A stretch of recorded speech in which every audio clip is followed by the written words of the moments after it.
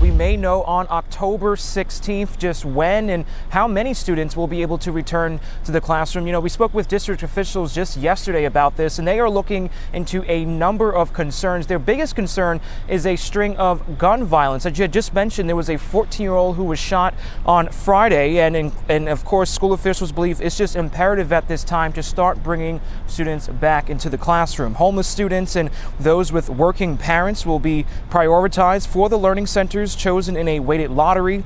Those centers will set the blueprint as the district attempts to bring more students back into the classroom later in the year. Communications Director Andre Riley says 1,200 students will learn virtually at 15 schools and rec centers. And many times if they're in a classroom, you can avoid a lot of other things that may be happening in our communities. And right now, we don't have as much access physically to our students as we would like. So when things like that happen, believe me, we are aware of them. We're doing what we can as a school district to participate in mitigating them.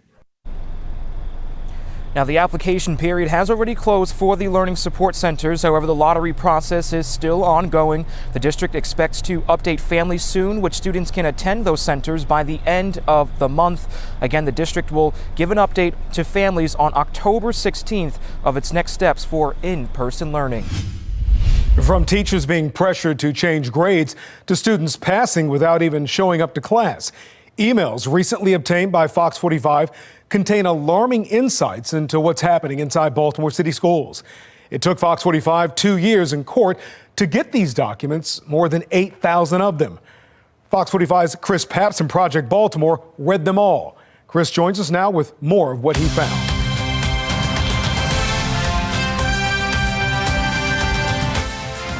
It wasn't easy getting these emails, even though they're public records. Fox 45 had to sue city schools after hearing from parents and teachers and even former students who say they're being pushed through the school system without getting the education they need. But now that we have read through all of these emails, we believe it's clear why city schools did not want you to see them. If this is school policy, then I guess the grade should be changed, although I don't think she deserves it. That email is one of many emails sent by Baltimore City Schools teachers expressing what appears to be frustration over a culture of grade changing. In this one, the teacher describes a grade given to a student who had never even set foot on their campus. In the thousands of emails Project Baltimore recently received, we found failing grades rounded up, passing grades given to students without the work to support it, and some teachers saying seniors are graduating without earning it. Out of control.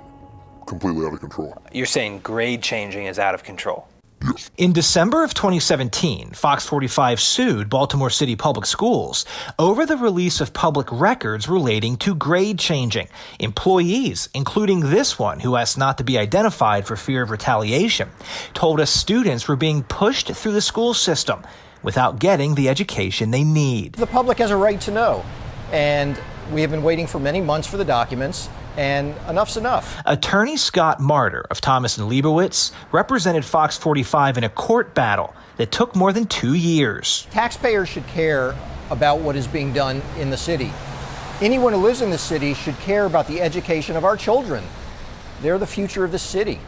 And that's what this case is about. In February of 2019, Circuit Court Judge Jeannie Hong ruled in Fox 45's favor, saying city schools willfully and knowingly violated the law by not turning over the documents, despite the school system's argument that releasing the records would have a chilling effect on future internal investigations. It's clear the judge wasn't buying it. Lucy Dalglish is the dean of the College of Journalism at the University of Maryland. She followed the case, which could have an impact on taxpayers and parents. Anybody who's having difficulty getting a public record in Maryland, they will find this opinion very useful. Project Baltimore read through every email that city schools turned over, all 8,249 of them. And we made some stunning discoveries, and not just about grade changing.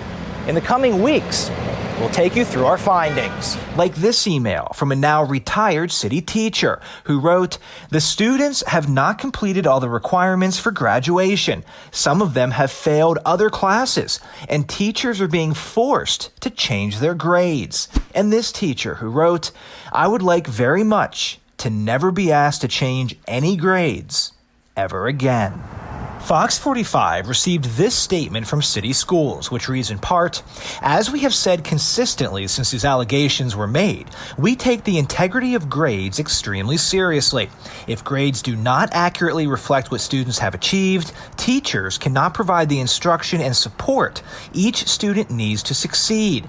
That goes against our commitment to every student and family we serve." The documents obtained by Fox 45, dating to 2017, reflect concerns that we did not ignore. Much has changed since that period. The statement went on to say that in May of 2019, City Schools adopted a new grade-changing policy, and training is now standard for grade reporters. The citizens of Baltimore City have a right to know what's going on within their schools.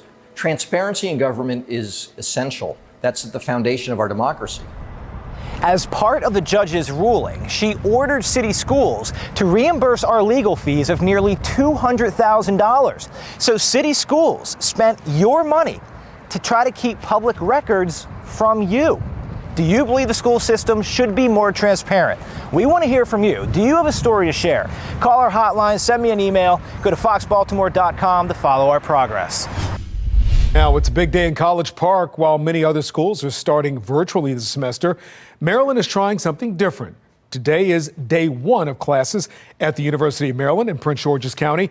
We check in there in a minute to see how things are going. But first, colleges like Towson University in Baltimore County are facing criticism from health experts, including Dr. Anthony Fauci, who say that reopening campuses only to cancel in-person learning abruptly and send students home is dangerous.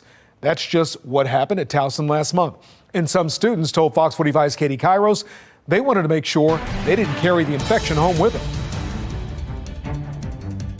Well, after Towson University officials made the decision to move to 100% virtual learning just 3 days into the semester, some students told us they chose to remain living here off campus rather than potentially expose their families to the virus. If they told us beforehand, like if they were like, hey, you guys have like a month to get out of here, it wouldn't be that bad because then you'd have time to plan. But Towson students weren't given a month. The school shut down most dorms and in-person classes during the first week in late August after a spike in coronavirus cases. Senior year continues virtually for students like Mallory Beebe, who still lives in Towson managed housing and hopes it won't be shut down. Obviously, if I went back home, I would quarantine in my own room. I'd be like, I wasn't here, so yeah. Colleges across the country are facing increased criticism for calling students back only to abruptly shut down and send those students back into their home communities as potential COVID-19 carriers. For me, it's like sophomore Maddie Smith planned for the worst, even though the university didn't. I just wanted to stay off campus because I knew that the on-campus people were definitely going to go home, and I think that to send people back after they've been exposed to everybody here it's just not the right call, in my opinion. Towson now reporting 260 positive cases out of 1,400 tests in its most recent testing period ending September 9th, plus 68% of its isolation beds available. Smith wants to see a steady plan of action in place next semester. Whatever call they're going to make at the beginning of the semester, they need to stick to. Even if it's that we're online completely again, just make it and stick to it. There's been no word yet on what Towson plans for the second semester this year, and Towson University officials did not return our requests for comments.